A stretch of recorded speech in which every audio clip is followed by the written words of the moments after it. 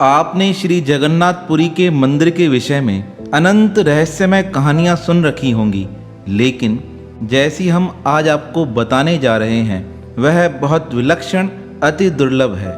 कहा जाता है एक बार श्री जगन्नाथ जी ने वृंदावन में रहने वाले अपने श्री भक्त हरिदास जी को स्वप्न में दर्शन देते हुए कहा, हे भक्तराज, मेरी एक आज्ञा मानो।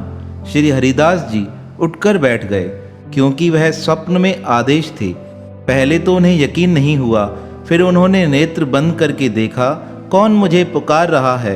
तब पुनः एक आवाज़ सुनाई दी, हे भक्त हरिदास, तुम यहाँ रहकर अनंत समय से मेरी भक्ति करते आ रहे हो।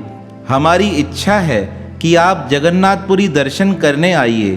तब भगवान की प्रेरणा मानकर श्री हरिदास जी अपने भक्तों के साथ जगन्नाथपुरी मंदिर के लिए निकल पड़े। जैसे ही वह मार्ग में जा रहे थे, रात्रि के समय पुनः एक स्वप्न आदेश आया। स्वप्न आदेश को सुनकर श्री हरिदास जी के मन में पुनः संशय होने लगा, यह मेरे मन की आवाज़ तो नहीं, या कहीं से कोई मुझे पुकार रहा है। पुनः एक आवाज़ सुनाई दी, हरिदास जी, आप जगन्नाथपुरी जा रहे हैं तो मेरी आज्ञा है जो वहाँ पर इस वर्ष मेरा विग्रह परिवर्तित किया जाएगा, जो हर बार 36 वर्षों में एक बार परिवर्तित किया जाता है। जगन्नाथपुरी का यह नियम है। वहाँ पर जब 2 आषाढ़ आते हैं, तब उन आषाढ़ों में एक समय पर श्री जगन्नाथ जी की मूर्तियों का विग्रह परिवर्तित कर नए विग्रहों को वहाँ स्थापित किया जाता है। तब श्री भगवान ने आदेश दिया, यह समय आने वाला है, आषाढ़ का महीना है, आप वहाँ पहुँचेंगे। आप वहाँ पहुँचकर मेरा जो श्री विग्रह है, जो समुद्र में बहाया जाता है, उसे इस बार आप अपने साथ श्री वृंदावन लेकर आइएगा, क्योंकि मैं भी वृंदावन रहकर भक्तों के साथ जीवन यापन करना चाहता हूँ। अब भगवान का आदेश मानकर श्री हरिदास जी भक्तों को साथ लेकर आगे की यात्रा पर निकल गए। धीरे धीरे भजन सुमरन करते हुए श्री हरिदास जी वृंदावन से जगन्नाथपुरी पहुँचे। जगन्नाथपुरी में जब सबको पता चला भक्त हरिदास जी आए हैं, तो उनकी प्रसन्नता का ठिकाना न रहा। श्री हरिदास जी का दर्शन करने के लिए अनंत भक्त वहाँ उपस्थित हो चुके थे। भक्त जी का भजन सुनकर सब मंत्र मुग्ध हो जाते थे। भक्तराज जी ने जगन्नाथपुरी मंदिर आकर भगवान के दर्शन किए। अभी विग्रहों का परिवर्तन करने में 4 दिन शेष थे। भक्तराज ने किसी पंडित जी से कहा, यहाँ विग्रह कौन परिवर्तित करता है, मुझे उससे मिलना है। एक पंडित ने कहा, यहाँ तो एक बड़े पुजारी हैं, वह विग्रह परिवर्तित करते हैं और उस समय अंदर जाने पर सबका प्रवेश वर्जित है, आप नहीं जा सकते हैं। श्री हरिदास जी ने कहा, मुझे अंदर नहीं जाना है, मुझे तो भगवान के श्री विग्रह को अपने साथ लेकर जाना है। उनकी यह बात सुनकर वह पंडित कहने लगा, अरे संत जी, यह क्या कहते हो, यह तो अपराध है। यहाँ जो विग्रह बाहर निकाला जाता है उसे समुद्र में बहा दिया जाता है, उसे समुद्र देवता अपने साथ अपने स्थान पर लेकर जाते हैं। आप ऐसी बात किसी से कह मत देना, अन्यथा लोग आप पर रुष्ट हो जाएंगे। अब भक्त जी को तो भगवान की आज्ञा हुई थी। वह एक बड़े पंडित के पास आकर पहुँचे, उसे भी वही बात बताई। वह पंडित भी बड़ा क्रोधित होकर कहने लगा, यह कैसी अनाप शनाप बातें करते हो, भगवान का विग्रह अपने साथ नहीं लेकर जा सकते हो। तब एक भक्त जो वहाँ बैठे थे, वह हरिदास जी को प्रार्थना कर कहने लगे, हे भक्तराज, यह पंडित तो यहाँ के सेवक हैं, यह आपकी बात नहीं समझेंगे।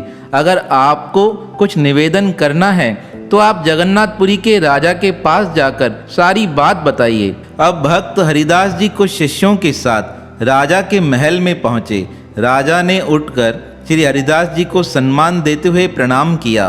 राजा का प्रणाम स्वीकार कर भक्त हरिदास जी कहने लगे, हे राजन, आप जगन्नाथपुरी के सेवक हैं, मुझे भगवान का आदेश प्राप्त हुआ है, इस आषाढ़ पर भगवान का श्री विग्रह परिवर्तित किया जाएगा। इसलिए जो पुराना विग्रह है, आप आज्ञा दो, मैं उसे अपने साथ वृंदावन धाम लेकर जाऊं।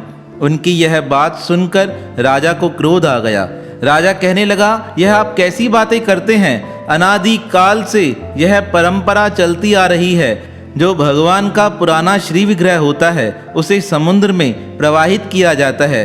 किसी व्यक्ति विशेष को देने का अधिकार हमारे पास नहीं है, हम तो उसी परंपरा का निर्वाह करेंगे। इस प्रकार राजा ने रुष्ट होकर श्री हरिदास जी को खरा खोटा जवाब दे दिया।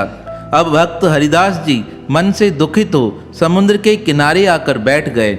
उन्होंने अन्न जल का त्याग कर दिया और मन ही मन परमात्मा को उल्हाना देते हुए कहने लगे, हे प्रभु, कैसी विचित्र लीला करते हो। मुझे यहाँ बुलाया है मेरे साथ चलने के लिए और अब यहाँ चलने को तैयार नहीं हो। मुझे कहा था 36 वर्षों बाद मेरा विग्रह परिवर्तित होने वाला है। आपके मन में इच्छा है, आप वृंदावन में निवास करना चाहते हैं और मैं आपको लेने आया हूँ तो यहाँ राजा देने को तैयार नहीं है। अब जैसे आपकी इच्छा हो वैसा ही किया जाएगा, मैं तो क्या कर सकता हूँ। इस प्रकार अन्न जल का त्याग कर श्री हरिदास जी समुद्र के किनारे विराजमान हो गए। भक्त मंडली भी उनके साथ वहीं बैठ गई। कुछ भक्तों ने कहा, महाराज आप आज्ञा दें तो हम श्री विग्रह की चोरी कर लें। भक्त हरिदास जी कहने लगे, अरे अरे ऐसा पाप न करना, भगवान स्वयं चलने को तैयार हैं तो हम चोरी क्यों करें। जब भगवान की इच्छा होगी तब चलेंगे। यहाँ भक्त राज ने अंजल का त्याग कर दिया। वहाँ रात्रि के समय जब राजा अपने शयन कक्ष में आराम कर रहा था तब उसे परमात्मा की एक आवाज़ सुनाई दी। परमात्मा ने राजा को उठाते हुए कहा, राजन, तुमने बड़ा अपराध किया है, मेरे भक्त पर क्रोध किया है। वह तो मेरी आज्ञा से ही मेरा श्री विग्रह लेने के लिए यहाँ आए थे, तुमने उन्हें नाराज करके बड़ा अपराध किया है। भगवान की यह वाणी सुनकर राजा कहने लगा, महाराज मुझे आज्ञा दो, मुझे क्या करना चाहिए। जैसे आप कहेंगे मैं वैसा करने को तैयार हूँ। मैं तो बहुत समय से यही परंपरा देखता आ रहा हूँ। जो पुराना विग्रह है उसे समुद्र में प्रवाहित किया जाता है। मैं आपकी आज्ञा के बिना श्री हरिदास जी को उसे कैसे दे सकता था। तब भगवान ने प्रसन्न होते हुए कहा, हे राजन, वह मेरे ही भक्त हैं, मेरी आज्ञा से ही वृंदावन से चलकर यहाँ तक आए हैं। आप अच्छी सी व्यवस्था कर मेरे श्री विग्रह को रथ में बैठा कर दो, जैसे वह आराम से मेरे विग्रह को लेकर वृंदावन जा सकें। अब भगवान की आज्ञा से प्रातःकाल उठते ही राजा ने मंत्रियों को आदेश दिया, जल्दी से भक्त हरिदास को खोजकर मेरे राजमहल में लेकर आओ, मैं उनसे मिलना चाहता हूँ। अब राजा की आज्ञा मानकर राजा के मंत्री भक्त हरिदास जी को खोजने के लिए सारे शहर में निकल गए। किसी ने आकर बताया, हे राजन, भक्त हरिदास जी समुद्र के किनारे बैठे हैं, आप स्वयं चलकर उनका सम्मान कीजिए, क्योंकि आपको भगवान का आदेश प्राप्त हुआ है। कहा जाता है भगवान की आज्ञा पाकर और संत जी की खबर सुनकर राजा स्वयं समुद्र के किनारे आए। भक्त हरिदास जी को देखकर जगन्नाथपुरी के राजा प्रसन्न हो गए। उन्होंने सारा स्वप्न आदेश भक्तराज जी को सुनाते हुए कहा, हे हरिदास जी, कल रात्रि के समय मुझे भगवान का आदेश हुआ है। वह अपनी इच्छा से आपके साथ वृंदावन चलना चाहते हैं। आप जैसा कहेंगे वैसी व्यवस्था आपको करके दी जाएगी।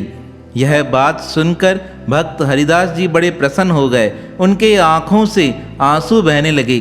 भक्त राज जी को रोता हुआ देखकर राजा कहने लगा, महाराज, मुझसे कोई अपराध हुआ है, आप क्यों रो रहे हैं। तब भक्त हरिदास जी कहने लगे, मैं भगवान की करुणा पर रो रहा हूँ। वह कितने दयालु हैं, मेरे साथ चलने के लिए उन्होंने रात्रि जागकर तुम्हें आदेश दिया है। कहते हैं भक्त राज की बात सुनकर राजा बड़े प्रसन्न हो गए। अब तो सारे जगन्नाथपुरी में भक्त हरिदास जी की जय जयकार होने लगी। जब समय आया मूर्तियों का परिवर्तन किया गया। जो पुराने श्री विग्रह थे वह एक रथ में सजाकर श्री हरिदास जी को सौंपते हुए राजा ने कहा, महाराज, यह साक्षात जगन्नाथपुरी हमारे भगवान हैं, इन्हें संभाल कर आप अपने स्थान पर लेकर जाइएगा। कहा जाता है श्री हरिदास जी अपने साथ भगवान जगन्नाथपुरी को रथ में बिठाकर जैसे ही वहाँ से प्रस्थान करने लगे, वैसे तो जगन्नाथपुरी से वृंदावन आने में कम से कम 8-9 महीने लग जाते, पर परमात्मा ने एक विचित्र लीला की। जैसे ही रात्रि गुजरी, रात्रि समाप्त होते ही प्रातःकाल सारे भक्त विग्रह के साथ श्री हरिदास जी के समीप वृंदावन में उपस्थित थे। यह देखकर सब हैरान हो गए, हम एक रात्रि में ही जगन्नाथपुरी से वृंदावन कैसे पहुंच गए। श्री हरिदास जी ने कहा, यह सब परमात्मा की लीला है, उनकी लीला से ही यह सब हो पा रहा है। कहा जाता है भगवान जगन्नाथपुरी के आदेश से श्री हरिदास जी ने यमुना नदी के निकट जगन्नाथ घाट पर भगवान श्री जगन्नाथ का एक विशाल मंदिर स्थापित किया। अभी तक वह मंदिर वहाँ स्थापित है। वहाँ पर जो श्री विग्रह स्थापित किए गए हैं, जिनका दर्शन हमें प्राप्त होता है, वह भगवान स्वयं चलकर जगन्नाथपुरी से वृंदावन आए थे। कितना महात्म्य है इस प्रसंग में। अपने भक्त के साथ चलकर परमात्मा स्वयं चले आए। जब प्रेम सच्चा हो तब परमात्मा स्वयं खिंचकर चले आते हैं। बस लगन और आस्था निष्ठा पक्की होनी चाहिए। भगवान के प्रति कभी संशय नहीं होना चाहिए। जहाँ संशय हुआ वहाँ भक्ति टूट जाती है। अगर मन में विश्वास पक्का हो तो हरिदास जी के समान परमात्मा हमारे पास भी चलकर आ जाएंगे। तो ऐसे भक्त वसल भगवान और उनके पावन श्री चरणों में हमारा बारंबार प्रणाम है, प्रणाम है, प्रणाम है।